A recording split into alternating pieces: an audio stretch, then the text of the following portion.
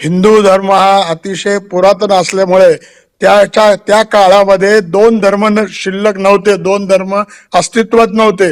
म्हणून अधर्म आणि धर्म याच्यामध्येच फक्त आपण फरक करत होतो आणि आणि दोषींना दोषी समजत होतो. आता परिस्थिती अशी झालेली आहे, सहिष्णुतेचा कळस आपल्या हिंदू धर्माने केलेला आहे. त्याच्यामुळे ह्या ज्या गोष्टी आहेत या हिंदू धर्माच्या दृष्टिकोनातनं फक्त न बघता आपण मानवतेच्या दृष्टिकोनातनं पहिल्यांदा बघत होतो, त्या बदलून आता आपण हा दृष्टिकोन बदलला पाहिजे असं मला म्हणायचंय.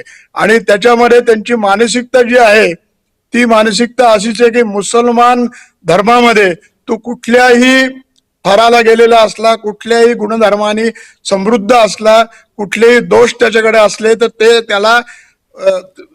त्याला सपोर्टच करतात. आणि हिंदू धर्मामध्ये मूळ असा प्रश्न निर्माण होतो की वाईटाला वाईट आणि चांगल्याला चांगला आपण आजपर्यंत म्हणत आलोय.